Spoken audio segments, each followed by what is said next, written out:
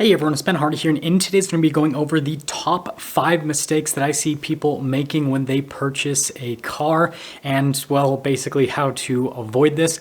Before we get into the video though, as always, if you want to save time and money the next time you purchase a car, link to my car buying guide in the description down below. And with that being said, let's get right into it.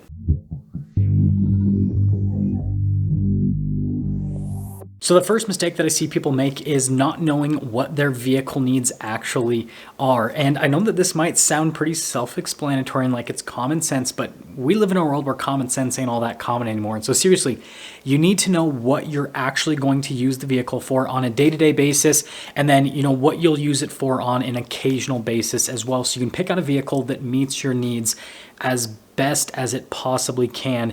And the reason that I think that this mistake is happening more and more is people just get hyped up on vehicles as they get released and they're like, I gotta have it, I gotta have it. But then they don't take a step back and go, wait a second, this vehicle only has 2 seats instead of 4 and I need to take people around. Or maybe this vehicle is really big and I live in a really tight city where there's not a lot of parking. Probably doesn't make sense. So seriously, take a step back and look at your actual situation and go, okay, these are the features that I need because I use them on a daily basis. These are the features that I don't need. This is the location that I'm gonna be driving it in on a daily basis. This is the location that I might be driving it on an occasional basis. And I'll give an example from my life. So the first pickup truck that I purchased was a 2018 Ram Rebel. Complete mistake, because that truck had the air suspension system. And I found out pretty quickly that I like to do some high-speed off-roading. And yeah, you can do high-speed off-roading with air suspension, but it is not preferable whatsoever, because if you have enough pressure on that system, you will blow one of the canisters and you will get the biggest repair bill that you have ever experienced in your life. So definitely not worth it. And so that was me purchasing the wrong vehicle, not realizing that one of my needs was, going out and adventuring in the world. Adventuring in the world, that was horrible, but you guys get the point, right? I needed something that was a little bit more capable at high speeds, aka Ford Raptor, Ram TRX, and that's what I have now.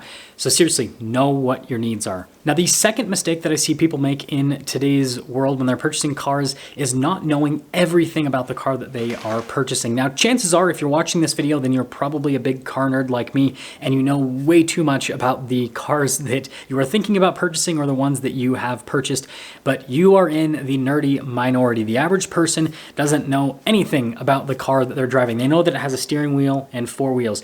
You need to know a lot more than that. You need to know the powertrain options that you can get with that car. You need to know the transmission that it has so that you understand, hey, this is a transmission that is reliable, or this is a transmission that's not reliable. And frankly, also know about the reliability issues with the car that could potentially pop up so that you know what you're getting yourself into. Again, there's a lot of people that'll get hyped up about vehicles and that are released and then go and purchase it, and then they don't realize that they're purchasing something that's extremely unreliable. So you need to know about that.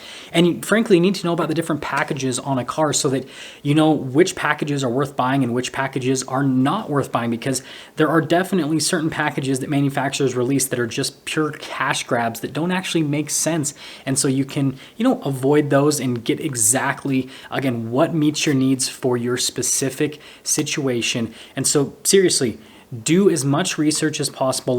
When you go into the dealership, you should know more about the car than the salesperson, because you know what? Salespeople, frankly, for the most part, are pretty lazy when it comes to research. Again, there are some that know everything, and I've met a few of them, but for the most part, they don't know half the stuff that they should know about the product that they're selling. And so if you know even less than them, then yeah, not going to be a good situation. So again, just know everything about the car you're looking at purchasing. Number 3, which is going to be very, very important in the near future, is know what the resale value is on the car that you're purchasing. And this is a huge mistake that I saw a lot of people make when I worked at a car dealership, is they would go and purchase a vehicle and not even look at resale once. And then they'd come in and then we would tell them, hey, by the way, the vehicle's worth $10,000 less than what you owe on it. And they're like, what? They're completely shocked. And it's like, if you'd done your research, then you would have known that that car does not hold its value. And like I said, in the coming months and in the coming years, with everything that's happening within the car market, this is more important now than it ever has been. So seriously, know what the resale value is so that you can set your expectations properly, and so that you can, if you're deciding to purchase a vehicle that's going to depreciate heavily, put enough money down so that you're not in a situation where you are completely underwater on your loan with that vehicle. Number 4, which is a big mistake that a lot of people make is not knowing what the finance situation will be with their car. And again, I know that there's a lot of people that are gonna be typing away on their keyboards, oh, I know exactly what my interest rate is, credit score, and all that kind of stuff. Well, guess what? Again, you are in the minority. When I worked at the car dealership, most people that went into the dealership didn't even know what their credit score was. They kind of knew a rough range, and they did not know what interest rate they actually qualified for. And this put them at a massive disadvantage. And if you're wondering why, it's because then the dealer could quote them whatever payment that, well, it has to be within a certain range. You can't like if someone qualifies for a 2% interest rate, you can't go and quote them a 50% interest rate. It's got to be within a certain range that has been set by legal parameters. But the point that I'm trying to make is these people could be shown payments that were way higher than what they actually qualify for, because then the dealership could use that to make a little bit of money off of them. And yeah, that means you're going to get a worse deal on the car that you're purchasing. So you need to know what your credit score actually is. So go into a lender, and yeah, apps like, I'm not going to say any apps, but the credit reporting apps can be somewhat accurate, but they're not perfect for car credit. And so you need to go into a lender, get a pre-approval, and again, figure out what interest rate you qualify for. So then when you go into the dealership, you know that if you're going to be purchasing a car that's a certain amount of money, and you're going to have a certain amount of money down, and the fees, that the payment with the interest rate you qualify for is going to be within this range, so that you don't sign on a payment that is way out of whack. And I know there's going to be another group of people that say, well, you should just pay cash. That's not feasible for the average person. The average person in the US makes about $50,000 per year. The average brand new car is about $50,000. Just do the math. How is the average person supposed to pay cash for a car when it's literally their entire salary? So again, big mistake that I continue to see a lot of people make is just not knowing what their finance situation is. Now, the fifth and final mistake that I see people make is not knowing what the dealership is like that they are going and purchasing from. And this is really important. And the thing that's awesome about the world that we live in today is you can find out pretty much everything about a dealer before you even go in, because of reviews that are online. And I'm not talking about just Google reviews.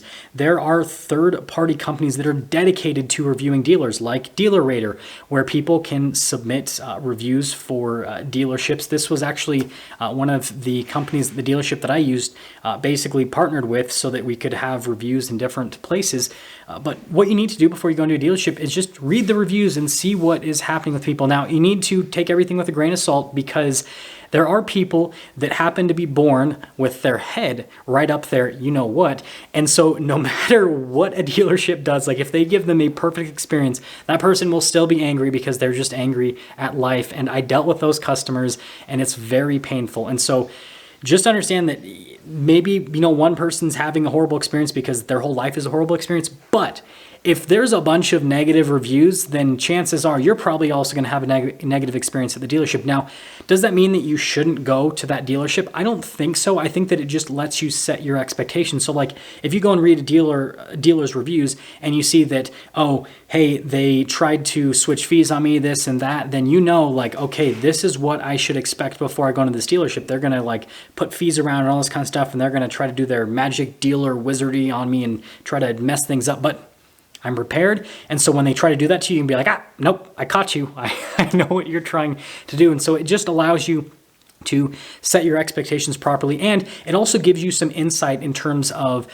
how things are going to kind of just go as you're at the dealership. Like, is this a dealership where you're going to be dealing with, a salesperson and a finance manager and multiple other managers? Because again, people will like literally write this out in reviews. They'll say, oh, well, the salesperson came out and then their manager came out and this other, or is it going to be a situation where you go into the dealership and you just work with one person all the way through? It'll also let you know that, so that again, you can properly set expectations. And like I said, a lot of people don't do this. They just literally go into the dealerships completely blind without any information, and yeah, good luck with that. That's going to sum things up for today's video. And yes, there are other mistakes that people make when they visit dealers, but I feel like those were some pretty big ones that I see happen on a pretty regular basis. Now, I want you guys to also let me know if you want to see more content like this on this channel, where I go over like, top 5 this, top 5 that, or maybe top 10, depending on how many points there are. And if you're not subscribed already, I recommend you subscribe, because I post content every single day on different car things and stuff that's happening in the market and all that kind of stuff. So yeah, subscribe.